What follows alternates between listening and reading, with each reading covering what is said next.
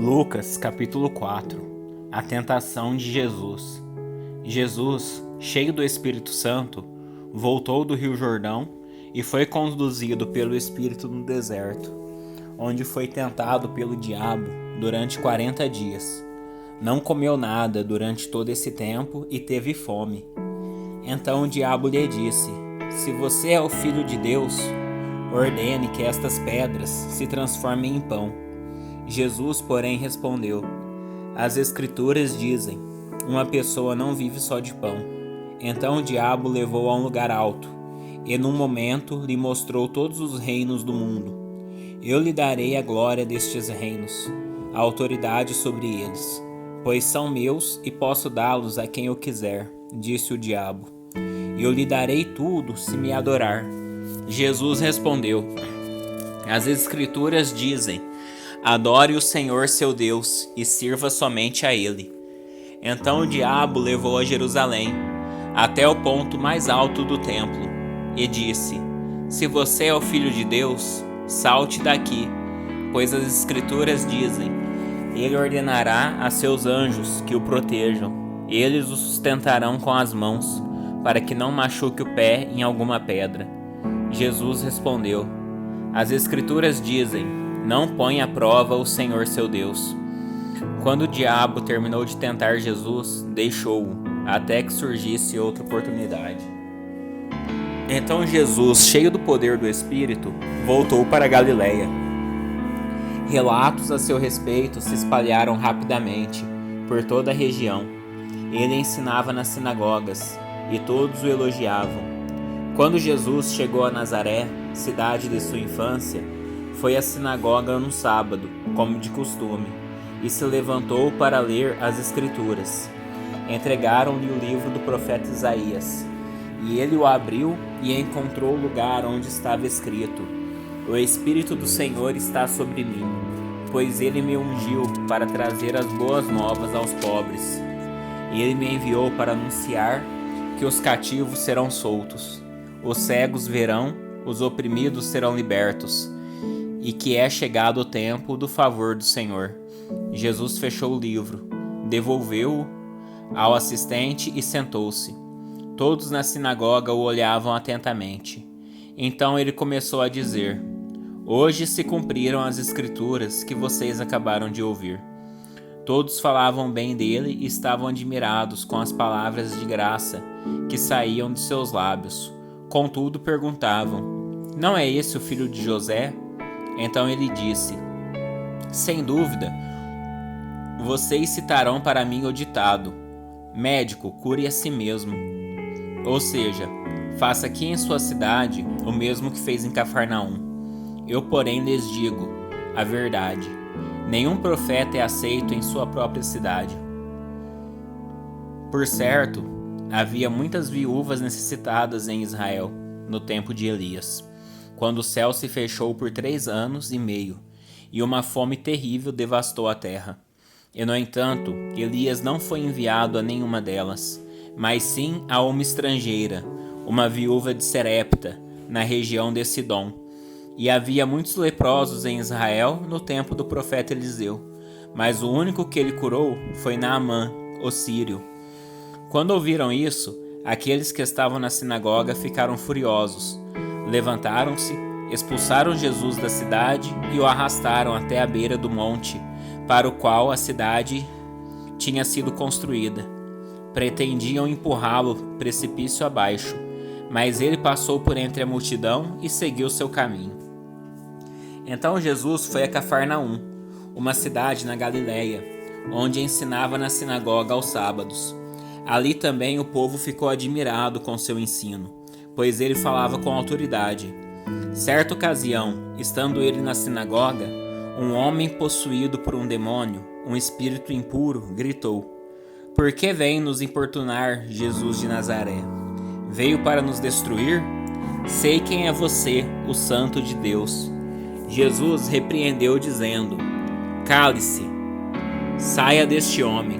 Então o espírito jogou o homem no chão, à vista da multidão, e saiu dele sem machucá-lo.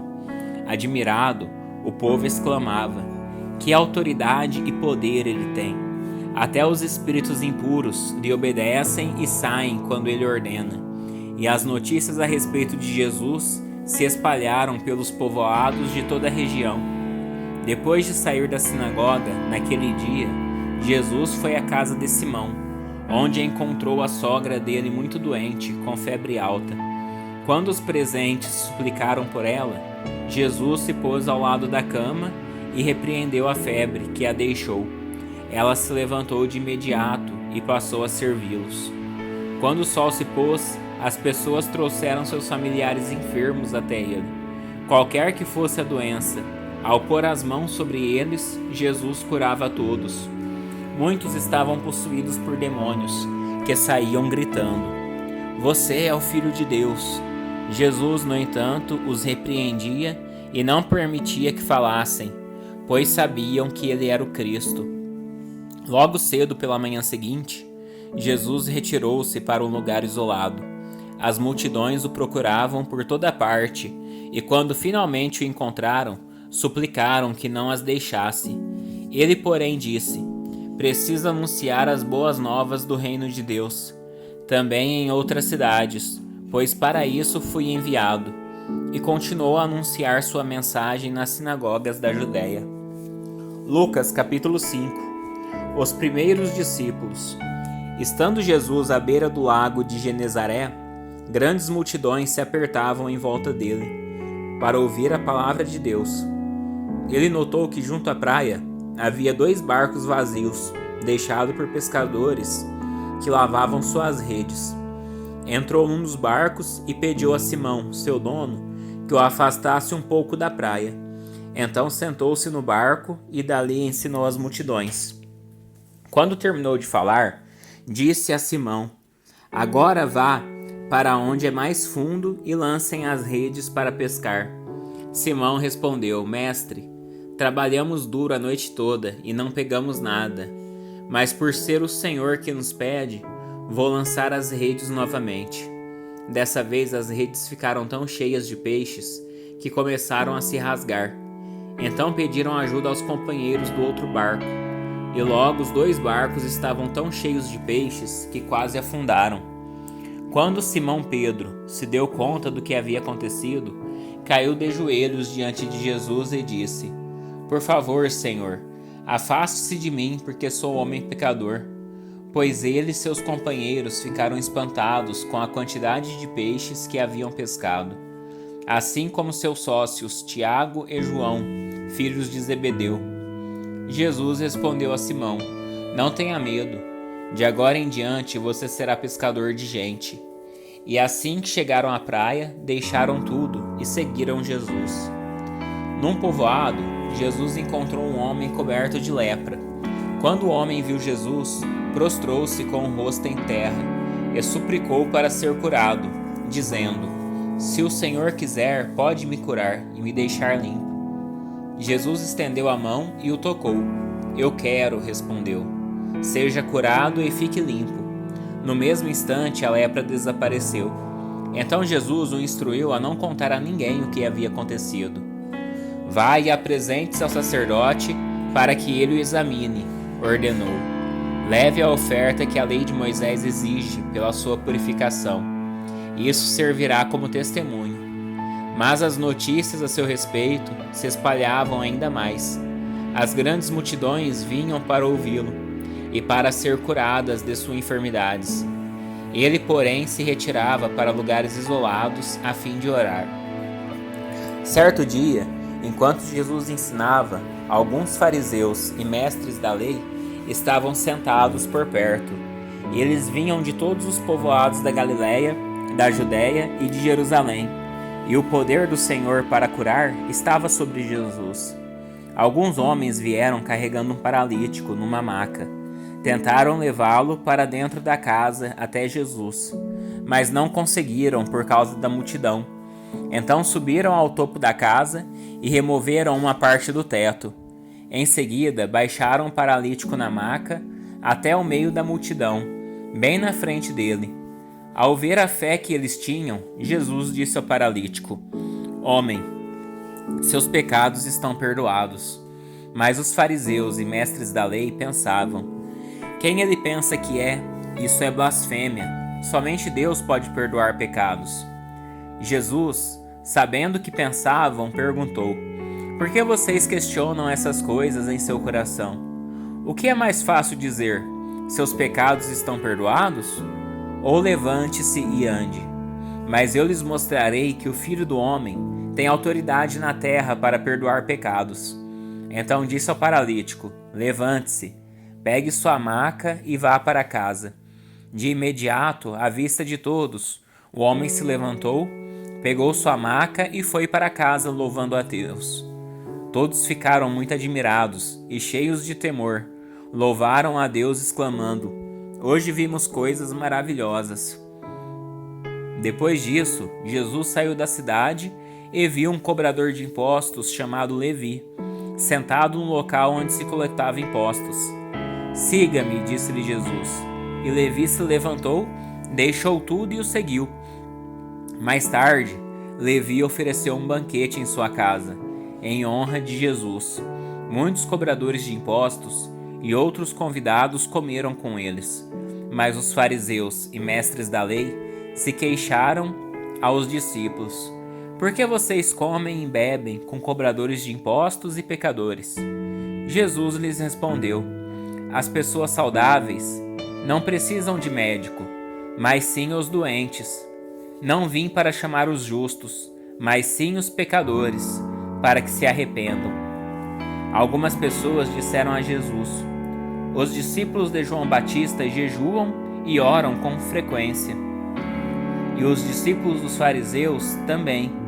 Por que os seus vivem comendo e bebendo? Jesus respondeu: Por acaso os convidados de um casamento jejuam enquanto festejam com o noivo? Um dia, porém, o noivo lhes será tirado, e então jejuarão. Jesus também lhes apresentou a seguinte ilustração: Ninguém rasgaria um pedaço de tecido de uma roupa nova para remendar uma roupa velha. Se o fizesse, estragaria a roupa nova, e o remendo não se ajustaria à roupa velha. E ninguém colocaria vinho novo em velhos recipientes de couro.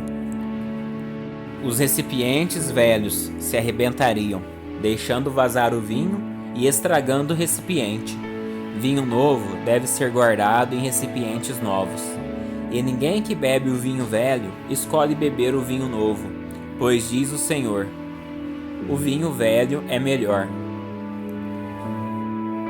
Lucas capítulo 6. Discussão sobre o sábado. Num sábado, enquanto Jesus caminhava pelos campos de cereal, seus discípulos colheram espigas, removeram a casca com as mãos e comeram os grãos. Alguns fariseus lhes disseram: Por que vocês desobedecem à lei colhendo cereal no sábado? Jesus respondeu: Vocês não leram as Escrituras? O que fez Davi quando ele e seus companheiros tiveram fome? Ele entrou na casa de Deus, comeu os pães sagrados que só os sacerdotes tinham permissão de comer, e os deu também a seus companheiros. E acrescentou: O Filho do Homem é Senhor até mesmo do sábado. Em outro sábado, enquanto Jesus ensinava na sinagoga, estava ali um homem cuja mão direita era deformada. Os mestres da lei e os fariseus observavam Jesus atentamente. Se ele curasse aquele homem, eles o acusariam, pois era sábado. Jesus, porém, sabia o que planejavam e disse ao homem com a mão deformada: Venha e fique aqui, diante de todos. E o homem foi à frente. Então Jesus lhes disse: Tenho uma pergunta para vocês. O que a lei permite fazer no sábado? O bem ou o mal? Salvar uma vida ou destruí-la? Depois, olhando para cada um ao redor, disse ao homem: Estenda a mão. O homem estendeu a mão e ela foi restaurada.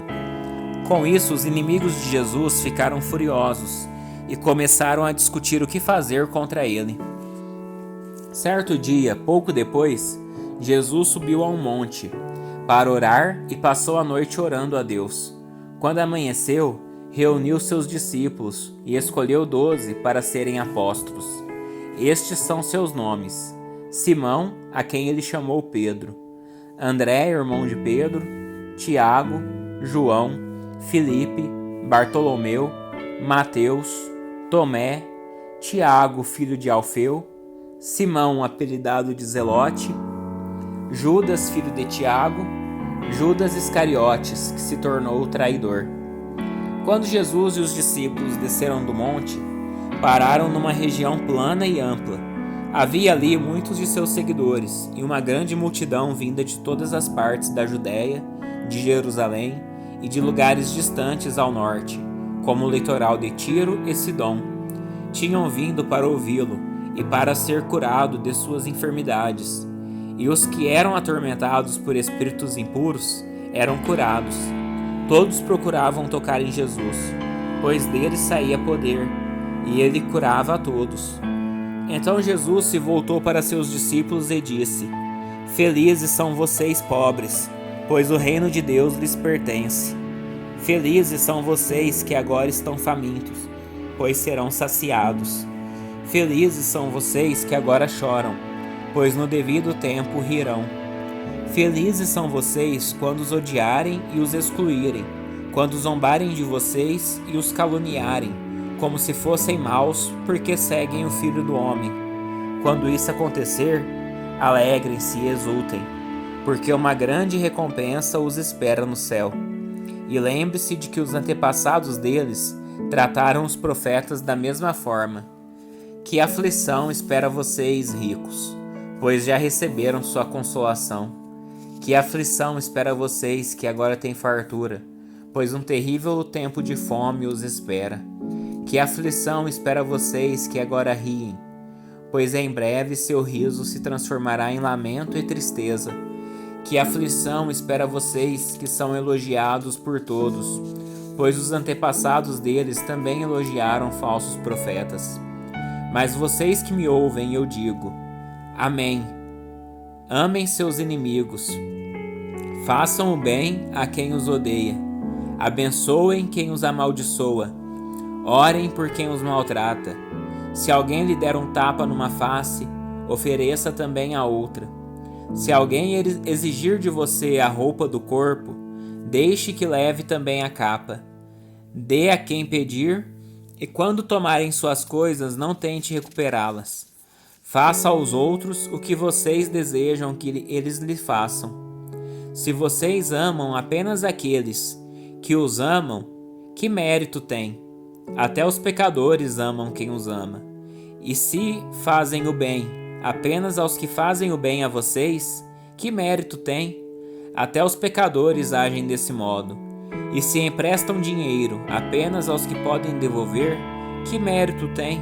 Até os pecadores emprestam a outros pecadores na expectativa de receber tudo de volta. Portanto, amem seus inimigos, façam-lhes o bem e emprestem a eles, sem esperar nada de volta. Então a recompensa que receberão do céu será grande, e estarão agindo de fato como filhos do Altíssimo, pois ele é bondoso até mesmo com os ingratos e perversos.